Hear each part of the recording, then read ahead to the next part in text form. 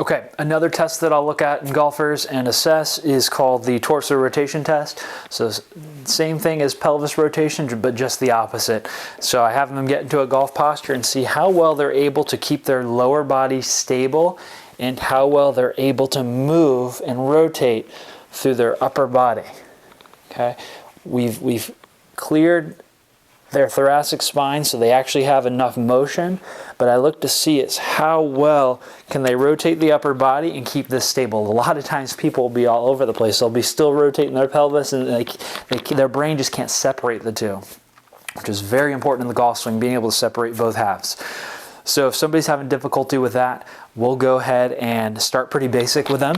Is I'll have them lay on their side. They'll keep their pelvis stable and they're just gonna rotate, open up. So they're using those muscles to perform rotation through the thoracic spine, through the upper body, and having them do 30 to 100 repetitions on each side. If they're like, hey, this is way too easy, then we'll take it a step further and we'll have them stabilize the pelvis by getting into a quadruped position, and they'll have their hand on their head, they'll rotate down and they'll rotate up, keeping their pelvis square to the ground, but they're moving their upper body on a stable pelvis.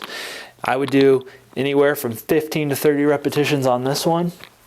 Once this gets pretty easy for you, then you can start to be in more of a standing position and get them to hips against the wall, because it kind of gives them a little bit of stability against that wall. But here, maintain a nice straight spine, and they're just rotating the spine back and forth, and they'll be able to tell if they start to move their pelvis, they'll feel increased pressure through their glutes against the wall.